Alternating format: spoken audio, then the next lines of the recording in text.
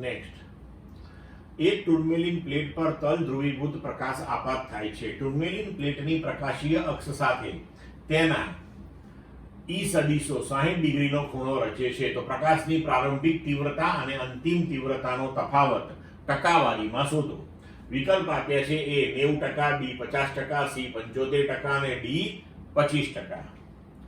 હવે માલસના નિયમ અનુસાર આપણે લખીએ છીએ કે I બરાબર I0 cos square theta. I0 એ આપાત પ્રકાશની તીવ્રતા છે અને I જે છે એ નિર્ગમન પ્રકાશની તીવ્રતા છે. હવે I બરાબર I0 cos સ્ક્વેર 60, તો આ થઈ ગયું I બરાબર I0 into 1/4. તેનો મતલબ કે I upon I0 આપણને મળ્યું 1/4.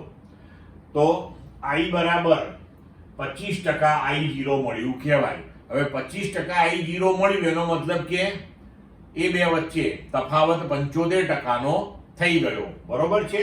તો તફાવત આવ્યો 75%, તો એને અનુરૂપ આપણે અહીંયા જવાબ લખી શકીએ સી.